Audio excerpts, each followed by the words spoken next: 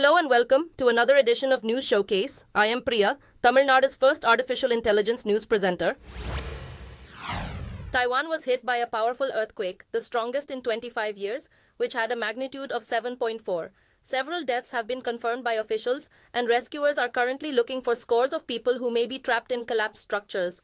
According to officials, falling rocks claimed the lives of some of the deceased, including 3 hikers on a nearby trail. According to the U.S. Geological Survey, the epicenter of the earthquake is roughly 18 kilometers south of Hualien. Massive landslides shook the isolated mountainous area, creating devastation that might take weeks to fix. There were tremors felt all the way to Taipei, the capital, and footage showed buildings trembling severely. At first, the earthquake triggered tsunami warnings for the island and its neighboring countries, but some of the warnings have since been withdrawn. The Congress Party's Rahul Gandhi presented his paperwork in Wayanad constituency in the southern Kerala state. He is seeking re-election to the seat in parliament in the polls this month. His sister Priyanka Gandhi, who is a general secretary, was seen with him. State leader of the IUML Seithigal was also present. The seat is a stronghold of the Congress Party since 2009, which elected Gandhi as its MP in the last election. He will be challenged by K. Surendran from the BJP and Annie Raja, a nominee of the CPI. Voters in Kerala will elect 20 members to parliament in the polls scheduled for April 26. India's national elections kick off on April 19 and concludes on June 1st. In a significant operation carried out by security personnel in Chhattisgarh state, at least 13 Maoist rebels were killed. According to police, the gunfight happened on Tuesday in the Bijapur district in a secluded jungle.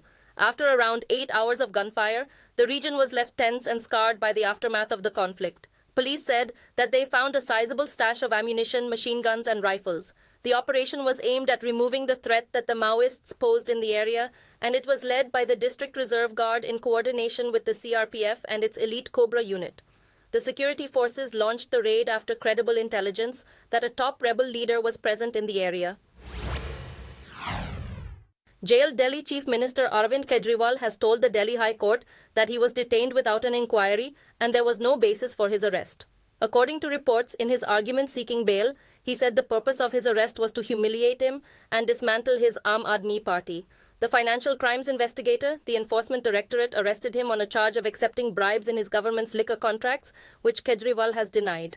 At the start of the week, he was moved to Tihar jail and will stay there until the middle of April. Jail authorities have denied claims by his party that he lost over 4 kilograms of weight since his arrest a month ago. 3 men convicted for their part in the killing of former Indian Prime Minister Rajiv Gandhi have left the country. All of them, Sri Lanka nationals, were issued passports by Colombo recently. The 3 were among 6 people set free in 2022 by India's Supreme Court on the grounds that their release was recommended by the state of Tamil Nadu, where the crime was committed. A group of police officials led the 3 men early in the morning from a special camp near Trichy city, where they had been residing following their release from jail. Rajiv Gandhi was killed by a suicide bomber in 1991 as he arrived to address an election rally near Chennai. The Tamil Nadu government has petitioned the Supreme Court for a direction to the federal government to provide 2,000 crore rupees in initial aid for reconstruction of regions devastated by a storm and flooding last year. After flooding crippled the north and south of the state in December, the government requested 37,000 crore rupees to fix the damages. The state government accused the federal government of being discriminatory when it comes to funding. The charge has been denied by the federal authorities.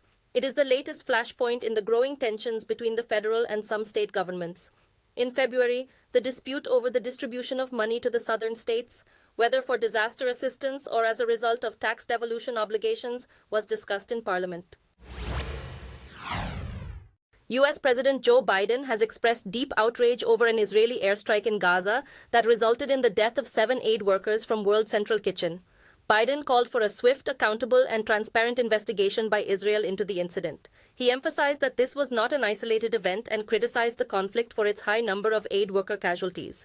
Israeli Prime Minister Benjamin Netanyahu had described the strike as tragic and unintended, with the Israeli military promising an independent inquiry.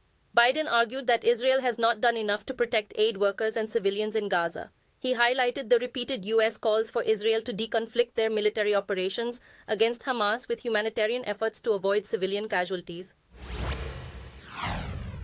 President of Ukraine Volodymyr Zelensky has signed a measure reducing the age of military mobilization from 27 to 25 years.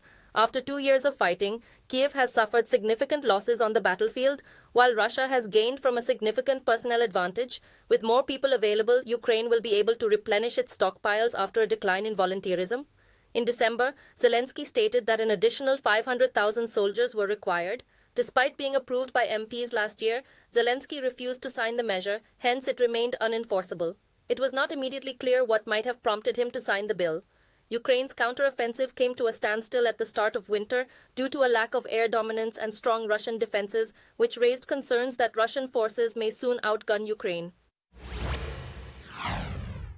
Thailand's constitutional court has accepted a case seeking the dissolution of the opposition Move Forward party over its campaign to reform a law protecting the monarchy from criticism. The party, which won last year's election but was blocked from forming a government, faces dissolution and political bans for its leadership if the court rules against it. A similar complaint has been filed with a Thai anti-graft body seeking life bans for 44 of the party's lawmakers. Move Forward, the biggest party in the lower house and still the country's most popular party, has threatened to upend Thailand's conservative status quo with its reform agenda. The party argues its policies reflect the will of the people, and its campaign to change the royal insults law aims to strengthen the constitutional monarchy and prevent the law from being misused to stifle political opponents. Adani Green Energy has commissioned a significant solar park in Gujarat, marking a milestone as the first company in India with a substantial renewable energy capacity. According to reports, the company now has the largest operating portfolio in India, after it brought a considerable renewables capacity on stream this fiscal year. The firm's operational portfolio consists of solar, wind, and wind-solar hybrid capacity. It is aiming for a massive renewable energy target by the end of this decade. Adani Green Energy's operational portfolio will power millions of homes and avoid a significant amount of CO2 emissions annually. The company, which is building one of the world's largest renewable energy plants in Gujarat, has expressed pride and confidence in the ventures. According to the latest Forbes Rich List, India has 200 billionaires overall, which is an increase of 25 from the previous year. These Indians now have a collective net worth of $954 billion USD, which is 41% up from last year. At $116 billion in net worth, Mukesh Ambani is the richest person among Indian billionaires, followed by Gautam Adani at $84 billion and Shiv Nadar at nearly $37 billion. According to Forbes, Ambani is the only Indian in the top 10 globally. There are more than 2,700 billionaires in the world today, which is 141 more than the previous year and 26 more than the record established in 2021. The Indian Computer Emergency Response Team, or CERT, has issued a high-risk warning for Apple product users, highlighting a critical vulnerability linked to remote code execution. The vulnerability affects various Apple software and hardware, including the Safari browser. According to experts, it allows remote attackers to execute arbitrary code on targeted systems by exploiting an out-of-bounds write issue. Users of various iPhone and iPad models are at risk if their devices are not updated to specific versions. According to the report, MacBook and Apple Vision Pro headset users with older OS versions are also vulnerable. CERT has advised updating all Apple software to the latest versions, avoiding unsecured Wi-Fi, enabling two-factor authentication, downloading only from trusted sources, and regularly backing up data. There has been increased attention on social media regarding a scientific discovery of a vast ocean concealed beneath the surface of the Earth. The water is kept in reserve in a rock called Ringwoodite, 700 kilometers below Earth's surface, which is 3 times the volume of all the planet's surface oceans combined, and is contained in this subsurface reservoir. A 2014 scientific publication titled Dehydration Melting Near the Top of the Lower Mantle presents the findings in full. It also discussed the special qualities of ringwoodite.